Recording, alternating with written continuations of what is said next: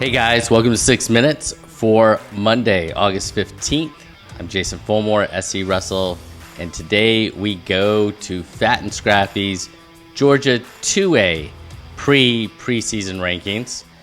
And before I get to that, I want to make sure that I make you aware that the U20 World Championships kicked off this morning. I think it started at 4 a.m. And tomorrow morning, very early, Georgia's own Jackson Smith will take the mat at 92 kilos, where he will make a run for a world championship. So, I think Jackson's the only one from Georgia in the list or on the team. But make sure you tune in and catch him. Just as to make you aware, if you haven't watched any of the other classifications, right after this intro, there'll be a quick method section, how Lucas comes up with his rankings, then the numbers that he assigns to the teams and that sort of thing. And then we jump right into 2A. So if you've already watched any of these before, that middle section right there is redundant, is something that I put in every single one in case somebody only watches one. And you can jump ahead to when we start the actual 2A rankings. Hope you enjoy. And let Lucas know what he got wrong. fatandscrappy.com, and he's now on Twitter and everywhere else. So be sure to let him know. All right, enjoy. Welcome to 6 Minutes. I'm Jason Fulmore, SC Russell, and today here with Fat and Scrappy's Lucas DeSilva. Welcome. Hey, man. Welcome to my home, actually. So welcome Yes. here. Welcome to my home. We are breaking down the rankings, really early rankings. really early. All right. Kind of calling my shot really early here, but All right, so these will be the team rankings, and what we'll do is we'll go with, after this video, I'll add a different video talking about specific classifications. But we're opening this classification, or opening this video, and opening all the videos with a general methods, right? Explanation. How in the world, because Lucas doesn't do duels and tournament rankings, he does one ranking. And for some reason, he's using decimal points. I mean, I didn't know Lucas knew decimal points. I don't. You ask my math teachers. I don't. I'm not very prolific with them. But so what's funny about this is this is great storytelling because the viewer knows what video they're watching. We don't. They could be watching 3A for all we know. But That's right. They could anyway, so basically, the way I do this is I look at a team we'll look at a case randomly, Buford. I'll give them a score for duels out of 5 with decimal points, and I'll give them a score out of 5 for individual with decimal points based on their performances, their lineup, and as the season goes on, these scores will fluctuate. So this is going to be a fluid list. This is currently going into the season with what we know. 5 points is the maximum for duels, 5 points is the maximum for individual. Put those two together, you get their power score out of 10. Okay. And then it's just pretty simple, highest score in 1, so on and so forth. Now, can two teams, say Camden and Buford, both get a 4.9? Yes. Both get a 4.8 or whatever the case is? So the way I think it is when it comes to duels... So it's not like you get a certain points for first and second and third. No. Like if you're in duels and you're beating most teams by 45, 50, if you're just dominating teams, you're going to get a 5. There could be 3 or 4 teams. In fact, I think I have 4 teams in my list across the 7 classes that got a 5 in duels. I think there's 4 of them, if I remember correctly. So it just kind of depends on... It's relativity mainly, based on how they do against, their competition. Okay, all right. So we're going to now jump into one of the classifications. Hope you enjoy it. And which one is it? Yeah. All right, guys, thanks for tuning in to the very early 2A Top 10. Preseason, All right, call it. As Lucas takes a moment to give us his top 10. You just watched his methodology for how he picked them. And, really the landscape this year is so much different than it's been in other years because we have a whole lot of new teams in different areas. So 2A is one of those places. Lovett's no longer around. Nope. Now up at 4A. It'll be really interesting to see how 2A plays out and everything else. Well, so. Lots of fun in this classification, and there's a lot of possibilities for some really fun stories this season when you look in certain I agree. parts of it. How hard was it to pull together a top 10 for 2A? 2A was the one that took me the longest. There was a solid 5 or 6 that were in there, and it was just kind of placing them. Okay. Then there was 4 that I genuinely think I had 12 teams in the running for those last 4 spots. Oh, really? Somewhere in that range. Like, it was some number where I was like, all right, like, I'm going to be sitting here for an hour. So if there's one team that didn't make the top 10, can you give me one? I mean, both the Murray schools didn't make it, and they both can bang.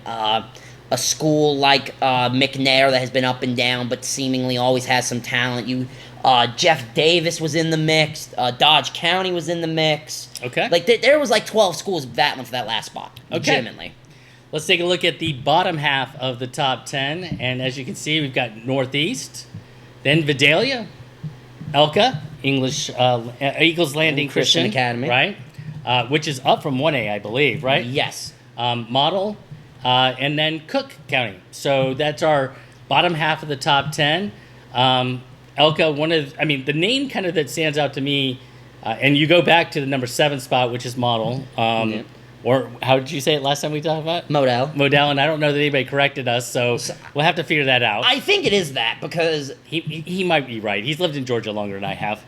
True, but I'm also a damn Yankee, so bear with me. All right. Fair enough. But, yeah, that whole bottom 5 was really interesting to me. You look at Eagles Landing Christian, I mean, Alan Calderon, who has just bursted onto the scene in the past 2 years as a real legit hammer and is always making growth. I mean, he's a compound kid through and through.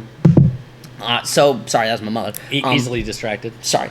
And then, obviously Eagles Landing, obviously in the mix. Vidalia is a school that to me is very underrated. Also had the opportunity to work with some of them down at Burton Parker throughout the season, and they have some guys that have made some major improvements, and I can see that only going up. Yeah. Cook is another school. Although they're missing, I think Hunter Manning is now graduated, yes, right? Hunter Manning is that is a big point getter to replace, right. And that is what knocked them. If they still had Hunter Manning, they probably would be close to that 5, 6, 7 range. But without Hunter Manning, a big piece of your lineup to replace, falling down to that 9th spot. But still within the top 10 and in a position to make some noise, especially in their specific region that they're in. All right, so we got Pierce County coming in at number 5. Yes. And what was the difference between Pierce and Cook? I mean... So Cook and Pierce are similar in a lot of ways, but the big part to me was when you look at what they returned... Pierce, while they return less, they return some of their heavier scorers. Cook returned more, but not as many of their actual heavy scorers. Is that right? Yes. Okay. So for me, when I looked at Pierce, I was like, I believe a good amount of Pierce's points came from their individual tournament, I think, duels. If I remember correctly, I'd have to go back and look through my notebook, which is very unorganized, which is why I don't have it in front of me, because I would just be flipping pages the whole time. But Cook was better in duels than individual, and it's a full point difference between Pierce and Cook, but... I think that is a closer full point than people may assume, especially when it comes to duels. So I don't actually do the rankings. I send it out to the coaches, ask for their feedback to do them for both duels and traditional. But I haven't gotten to the point yet of looking at those returning points. Yeah. This is your rankings. That's the reason you're doing them. Yes.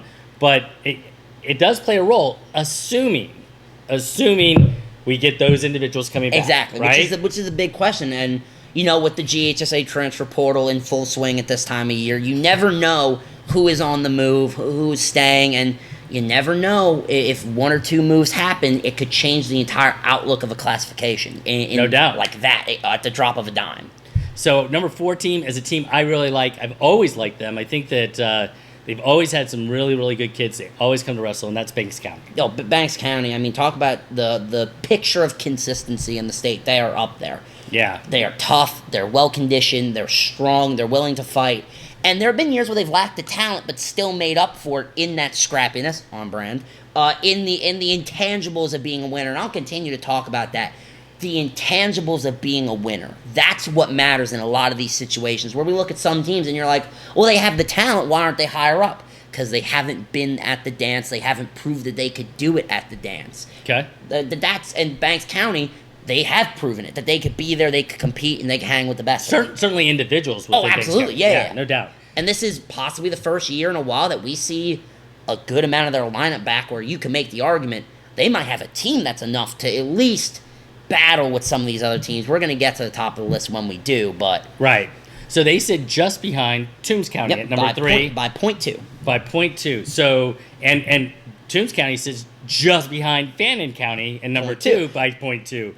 So 2, 3, 4, at least 2, 3, 4, maybe 2, 3, 4, 5 are super close to one another. I mean, it's a 0.6 difference between Pierce and Banks, but beside that, it's 0.6. So it is a full point separating 4 spots on the list. Okay. So for me, that is super manageable for any of those sides to make the push up to that number 2 spot, or in a worst case scenario, down toward the number 4, closing in on Cook at 5. It's a really interesting position to be in if you're Banks, Toombs, or Fannin, because you have a lot to prove when it comes to making noise to get to the top of the list. But for sure, those 3 teams all have their guys. They all can battle it out. And you look at a school like Fannin, they're in a really interesting class with Rockmart, North Murray and Murray County, and Modell. They will be tested very early. So your number 1 team, though, is number 1 by a lot. Yes, 9.2 points. Rockmart, they are my biggest lock. If you tell me right now, pick a team that's going to win a state title, I am picking Rockmart without question. I was super high on them last year, made me look like a genius, which is very difficult to do. Now you're stealing my material. Yeah, you tried it in 7A, and I pulled it from you this time. But Rockmart, an incredible team. I had the opportunity. In 2021, my first year at a high school, I went with Collins Hill to the East Coweta Scramble tournament that they had. Okay. And I got to see Rockmart firsthand, and they were still a year away. This is when they didn't have all their guys yet. And I even said, I was like, damn, man, they get a few more pieces, and all of a sudden they're going to be there.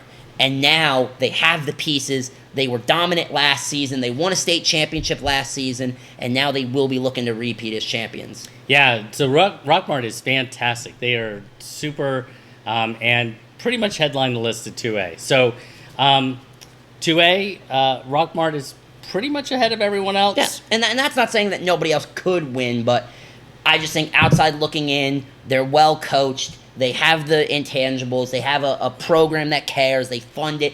And let's keep in mind, they have the talent. That has never been the question. But now they have the talent, and they have it in 14 spots. You talk about a team that in the lower A's can make some noise in the pound for pound.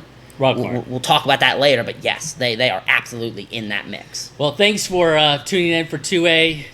Make sure you shoot him a message and let him know what he got wrong. I don't think that many people would pick against Rockmart, but from 2 to 10... Bolder men than I, if they are.